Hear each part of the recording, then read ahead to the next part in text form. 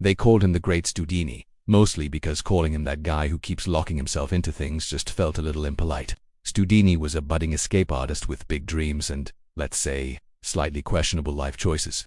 His greatest ambition: to break a world record by escaping 3 pairs of handcuffs while underwater. He described this goal as very achievable, while everyone else described it as questionable, at best. Now, while Studini wasn't a veteran himself, he held a deep, profound respect for those who were. He was always donating his time, his tools, and his energy to honoring veterans, loudly insisting it was the very least he could do. This was usually right before he'd quietly lock himself into something metal again. His admiration was genuine, even if his habits were a little odd. Studini also believed, with an almost unnerving confidence, that lockpicking and escaping from wildly impractical situations were perfectly normal hobbies. He'd say, "People have yoga, usually while hanging upside down in a pair of cuffs.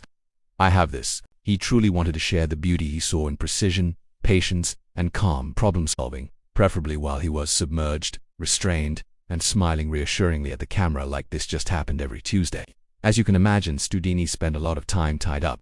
Ropes, cuffs, chains. He treated them like old friends he was catching up with. His neighbors learned not to ask questions. The delivery drivers stopped making eye contact.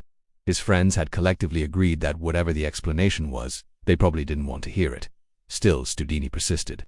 He trained relentlessly, practiced his breath control, polished his picks, and reassured everyone that escaping underwater handcuffs was actually very safe. He used the same tone of voice people used to describe expired milk as probably fine.